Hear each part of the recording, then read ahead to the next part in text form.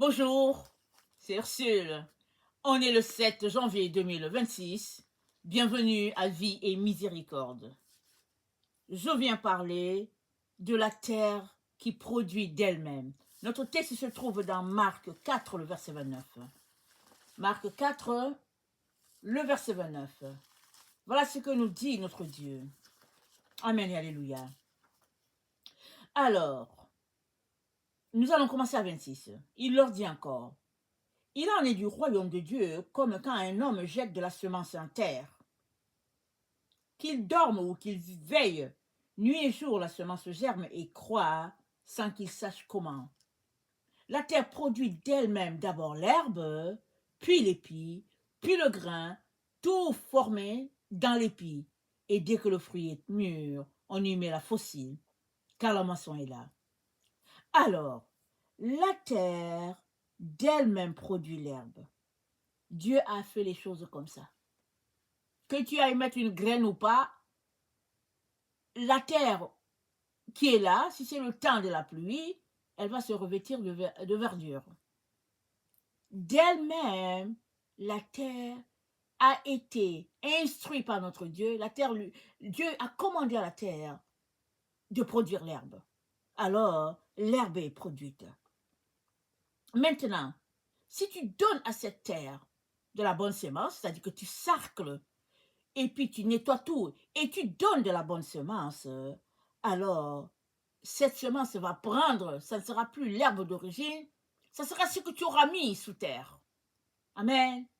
Et le Seigneur nous dit, dans Marc 4, le verset 31, il dit: le royaume de Dieu est semblable à un grain de sénévé. Amen. Le sénévé, c'est la plus petite des graines, c'est la graine de moutarde.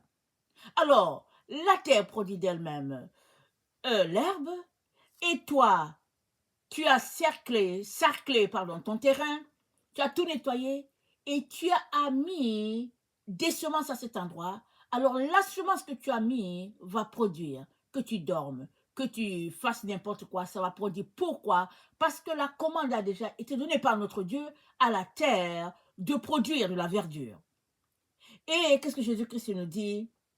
Il nous dit dans Matthieu 4, le verset 31, il nous dit que le grain de sénévé, c'est une bonne semence. Amen. C'est une bonne semence, le grain de sénévé. Parce que quand tu vas le semer, ça va produire.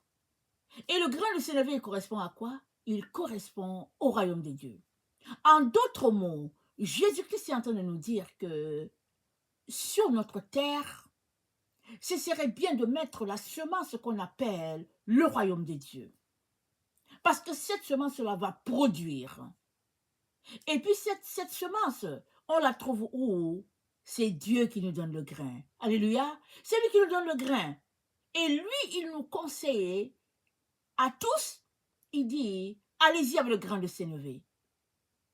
Et pour ne pas encore répéter, le grain de sénévé, c'est le royaume de Dieu. En d'autres mots, Dieu nous dit à tous, semez le royaume de Dieu. Et vous allez récolter le royaume de Dieu. Alléluia. Et où se trouve la terre? La terre se trouve dans nos pensées. Nos pensées sont cette terre-là où Dieu nous dit de s'aimer. Qu'on dorme, qu'on veille, qu'on fasse n'importe quoi. Tout ce qu'on plante, ça va produire quelque chose. Si on produit une bonne semence, si on sème par une bonne semence, ça va donner en retour de bons fruits. Mais si on produit une mauvaise, ça va donner de mauvais fruits. Voilà pourquoi, quand les gens sont des planteurs, ils sillonnent des endroits sur la terre pour savoir quels sont les meilleurs grains. Parce qu'ils veulent produire et puis ils veulent quelque chose de bien. Et puis surtout, s'ils ont une entreprise où ils nourrissent un grand nombre, ils cherchent les meilleurs grains.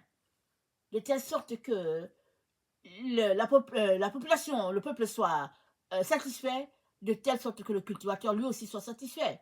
Parce qu'il ne veut pas les grains qui, à la fin, vont engendrer d'autres dommages sur le terrain et aussi des grains qui vont rendre la clientèle malade. Alors, les cultivateurs s'assurent que la graine va produire et qu'elle est vraiment quelque chose d'assez efficace. Et puis, euh, et puis quelque chose d'efficient. Amen. Voilà ce que le cultivateur fait. Et Dieu nous dit, ne cherchez pas loin. La semence que j'ai pour vous, c'est le royaume de Dieu. S'aimer le royaume de Dieu, vous allez récolter le royaume de Dieu. Amen. Alors, maintenant, il y en a qui aiment Jésus, mais qui ont choisi pour semence pas le grand de Sénévé. Ils ont choisi pour semence autre chose. Certains ont choisi les diplômes, d'autres ont choisi des carrières, d'autres ont choisi euh, toutes sortes d'intérêts en dehors de ce que Jésus-Christ leur a recommandé. D'autres encore ont choisi de planter, de faire un champ à double voie. Alors, ils sèment, exemple, des diplômes, et ils sèment aussi le royaume de Dieu. Et Jésus-Christ nous dit, sème seulement le royaume de Dieu. Cette semence-là, si tu l'as, comme le grain de sénévé, la plus petite de toutes tes graines-là, sème ça, et ça va produire. En d'autres mots, tu peux dire, le royaume de Dieu, je le sais, mais comment? Regarde en toi, qu'est-ce que Dieu t'a donné. Amen. Qu'est-ce que Dieu t'a donné? Sème ce que Dieu t'a donné, et ça va rapporter. Si tu sais lire, mets-toi à lire la parole de Dieu. Amen. Et la parole de Dieu, en train d'être sémée sur ton terrain, qui est ton esprit, tes pensées, ça va produire, ça va faire de toi une personne différente de ce que tu étais. Quand tu plantais juste des grains, par exemple, d'argent, peut-être que récoltais-tu l'argent, mais il n'y avait pas Dieu dedans. Il n'y a pas de royaume de Dieu. Et Dieu dit que ceux-là qui sèment l'argent, ça va se détruire à la fin. Voilà pourquoi il te conseille de s'aimer le royaume de Dieu. Donc la semence que Dieu a pour toi, puisque c'est lui qui nous donne la semence, aujourd'hui il vient nous donner la semence, il dit que notre semence, c'est le royaume de Dieu. Maintenant, tout dépend de comment tu vas réagir par rapport à cette information. Si tu la juges pertinente, tu vas aller la planter. Amen. Et ça va germer, comme le Seigneur l'a dit. Que tu dormes, que tu ne dormes pas, peu importe ce que tu fais, ça va rapporter quelque chose. Pourquoi? Parce que c'est le conseil de Dieu. C'est la semence que Dieu a, ça va rapporter. L'autre aussi va rapporter. C'est tout simplement que ça va rapporter à perte pour ta destruction. Et Dieu ne veut pas cela, alors il te dit, sème ce qui va te rapporter gros le royaume de Dieu, parce que ça va te conduire jusqu'à la présence de Dieu. Tu vas connecter directement avec ton Créateur. Voilà ce que Dieu est en train de dire. Amen. Alors, mais cette information a un petit bémol. Alléluia. C'est juste pour ceux qui ont les oreilles pour entendre. Parce que Marc 4, au verset 23 nous dit, si quelqu'un a des oreilles pour entendre, qu'il entende. Car il n'est rien de caché qui ne doit être découvert, rien de secret qui ne doit être mis au jour. Ça, c'est au verset 22. Pourquoi cette information est importante? Cette information est importante parce que tout ce que tu gardes secret en dedans, de mauvais, va détruire ce que Dieu te donne comme conseil. Alors, s'il y a quelque chose en toi qui te gruse, comme le manque de pardon, la frustration et tout ce qu'on peut imaginer, une erreur de passé, viens à Jésus, confesse-lui ça. Demande-lui pardon pour les choses que tu as fait que tu n'aurais pas aimé faire. Demande pardon à ton frère et sœur pour les choses que tu as fait que tu n'aurais pas aimé faire. Concentre-toi à regarder à ton Jésus afin qu'il puisse te donner des oreilles pour entendre. Cette information est pertinente parce que, à la fin, voilà ce qui se passe pour ceux-là qui mettent leurs oreilles à profit. Amen. Alors, si tu mets tes oreilles à profit, voilà ce qui va t'arriver. Tu vas grandir dans l'amour pour Jésus, tu vas grandir pour l'amour, tu vas grandir dans l'amour pour tes frères et sœurs. La sagesse de Dieu va augmenter en toi et tu vas quitter les voies du mal pour embrasser la voie de la vérité. Ton intelligence va se développer dans le sens de Dieu parce que tu vas te concentrer désormais aux choses qui intéressent Dieu. Et si tu mets tes oreilles à profit, c'est-à-dire des oreilles qui écoutent ce que Dieu dit, alors tu vas obéir à Dieu à 100%, pas à 40%, pas à 95%, mais tu vas lui obéir à 100% parce que tu l'aimes, parce que tu apprends à l'aimer, tu apprends à voir que c'est lui ton créateur, c'est lui ton Dieu. Et quel est l'enfant qui n'obéit pas à son père? Tous les enfants obéissent à leur père. Alors, dans cette marche où tu te trouves, tu vas finir tout simplement à avoir un grand arbre où plusieurs oiseaux vont venir se percher là-dessus.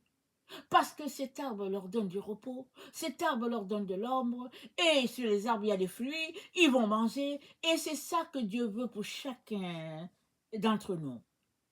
Il est donc important que là où nous nous trouvons, nous puissions accepter ce conseil de Dieu. Celui-là, de prendre la semence qu'il nous conseille, aussi petite est-elle, allons-y la semer. Le royaume de Dieu, sémons-la. Et comment allons-nous la semer? C'est de mettre en priorité ce que Dieu dit. Parce que Dieu dit, cherchez pour moi le royaume de Dieu et sa justice, et les autres choses vous seront données. Ne mettons pas le royaume de Dieu à la fin de notre liste des choses à faire par jour.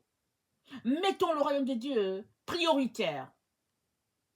Et quand on aura mis le royaume de Dieu prioritaire, organisons toutes les autres choses autour de ce que nous avons mis prioritaire.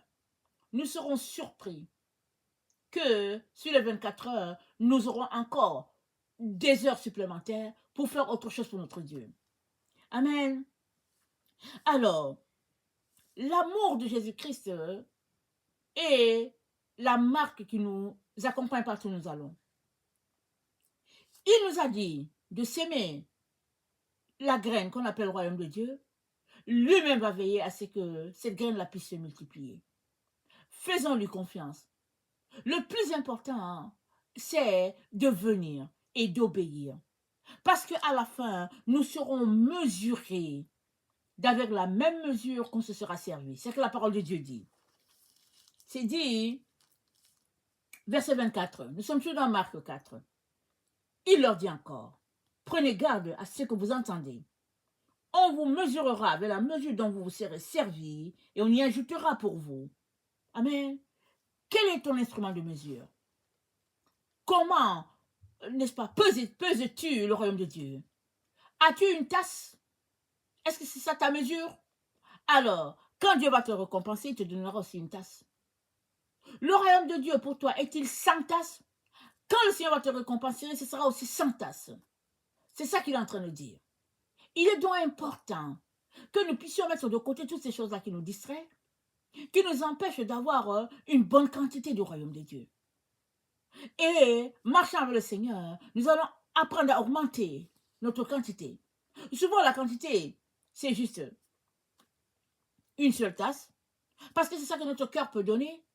Mais marchant avec Jésus, on verra que finalement, on pourra donner 40 tasses, on pourra donner 100 tasses. Et c'est ça que le Seigneur aimerait pour chacun d'entre nous. Que notre cœur, n'est-ce pas, quitte ces voies qui nous distraient, accrochons-nous à ce que Dieu a pour nous et allons s'aimer le royaume de Dieu et s'aimons-le en abondance. Parce que nous avons une garantie, ça va toujours apporter. Et Dieu compte sur chacun d'entre nous pour remplir le ciel. Que le nom de notre Dieu soit béni et que sa grâce nous aide à saisir là où le cœur de notre Père bat. Amen. Maintenant, si tu ne connais pas le Seigneur Jésus, je t'invite à lui donner ta vie. Il suffit juste d'ouvrir ta bouche et dire, Seigneur Jésus, fais de moi ton enfant. Je te demande pardon pour mes erreurs, pour mes péchés, pour le mépris de ta personne, et aide-moi à demeurer avec toi, marchant jour avec jour, marchant de jour en jour avec toi. Merci pour le Saint-Esprit que tu m'as donné. Et désormais, Seigneur, je veux faire de toi, mon sauveur et mon maître. Amen et amen. Avec une telle prière, tu es enregistré enfant de Dieu. Maintenant, apprends à marcher avec lui, apprends à lui obéir, apprends à s'aimer la graine qu'on appelle le royaume de Dieu. Amen, alléluia et amen.